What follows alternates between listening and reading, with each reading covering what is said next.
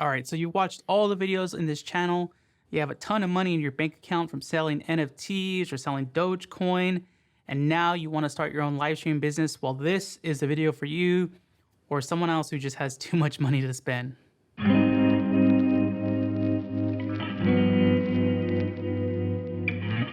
All right, so first let's clarify there's two types of live streaming businesses. If you're looking to be the next XQC, Pokimane, whoever, then turn off this video, turn on your console, turn on your phone, turn on your PC, boot up XSplit Broadcaster, and just start streaming. If that's all you need, just get started doing it, go for it and good luck. But if you're looking to do live streaming as a service, doing coverage of events, sporting events, weddings, funerals, whatever, then this is what we're gonna talk about. And there's two categories here. The first is virtual events, because we have to think about the pandemic and people still aren't going places. And then the next is live in-person events. All right, first let's talk about virtual events, which are the most fun because who wants to be around people these days? Anywho, what you need for this is computers, lots and lots of computers. And the reason for this is you need one big beefy PC. This is gonna be your production, encoding, video switching PC. This is running XSplit Broadcaster. But you need a bunch of different individual PCs for all your remote guests. So you're likely going to be using something like Zoom or Microsoft Teams or Video Ninja, which we actually just covered in a video. And these are all going to have their own independent feed of one caller.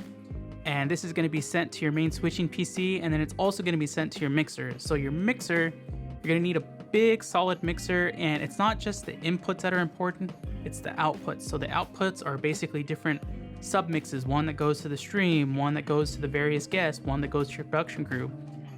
3 is a minimum, but you want something like a QU16, which basically has a ton of different mix outputs. So each guest is going to have their own feed. You know, they're going to want to be able to hear each other, which they can actually probably just do through the calling software. But more importantly, they need to be able to hear the calls that you make. Like when you talk to them and say, okay, is this ready? Is that ready? Are you ready to go live? Turn your camera on. Why is your camera off? This is why you need the mixer and all the different computers, because you want to have an independent mix for all the different guests.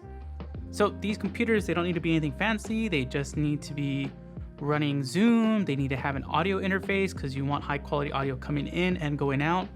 And they're going to need a capture card because they're going to need to take in the feed from your computer so you can send them a preview. So just a lot of different equipment. It's going to sit in one place.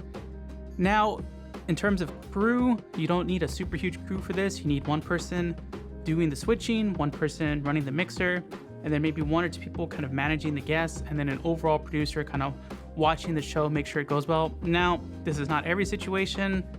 You know, unfortunately, when clients think things are virtual and not in person, they think that it should be much cheaper.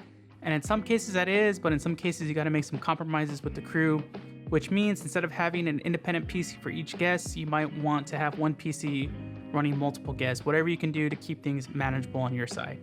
All right, one day we'll have live events coming back in full force, and that's when all these live stream production crews will be back in full effect to produce the shows for the people that wisely stayed home.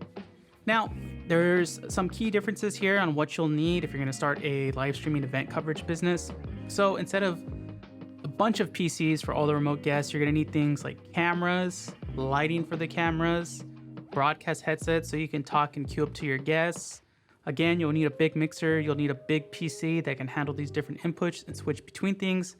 You'll need a PC to maybe run videos and different things for breaks. And you might also need a PC to run to the projector screen, because a lot of times the projector screen is like right above the guest and you have a wide shot and it creates infinite effects. So sometimes you need to switch between the screen depending on what's up there. And in this case, your crew is going to be a little bit bigger. There's going to be a producer to make sure that the show doesn't go down in flames. There's of course the technical director, the person switching shots, all the different camera operators you have, the audio mixer, some production assistants to maybe manage the stage, manage the guests.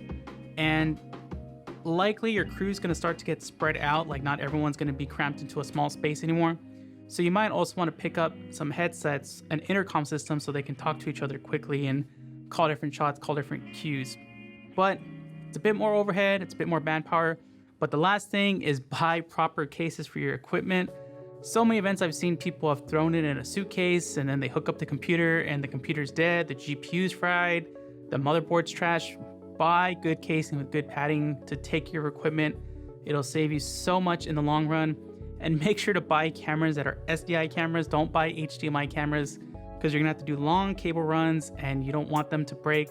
There's a lot of entry-level SDI cameras from Canon and Sony now. They're a lot more affordable than they used to be, but that's what you're gonna need. Also with lighting, I recommend getting panel lights, some that can output really well. Don't buy these big YouTuber lights because people are gonna wanna see the stage, and if you have a enormous softbox, they won't be able to see it. If you're lucky, you'll be in a venue that already has some lighting systems installed. So that's my advice. Also, an audio snake. An audio snake will save your life. Basically, instead of running for every cable, every headset, it's this box you put on stage.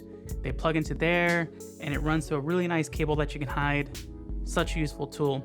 But you need more for live events. I've actually done this whole video about how to produce live events. It's a masterclass. Be sure to check it out. All right, the last piece of advice, I see so many people ignoring this, but make a website for your production company. You know, spend some time with it, put some images, put some samples of your work, do a little bit of SEO and put in the region that you're based out of and what you do. So many times when I've been doing events, I've needed to find a live streaming production company and it's impossible to find them online. You have to go through like LinkedIn and word of mouth because, you know, if you put in, you know, live streaming Las Vegas, you get a bunch of photo companies or companies that don't do what you want or don't have the resources that you need. So if you're doing a specific field like esports or sporting events or, you know, just corporate events, put that in your website, put that in SEO, make sure you appear in those search rankings. It'll definitely pay off on your side because there's lots of people looking for live streaming companies. If you specialize in virtual events, put that in there too. But let me know if you have any questions in the comment. Let me know if you're planning to start your own business or you already started your business and you have some tips. Let everyone know. We're here to help each other. Thanks again for watching. See you on the next one. Be sure to like and subscribe.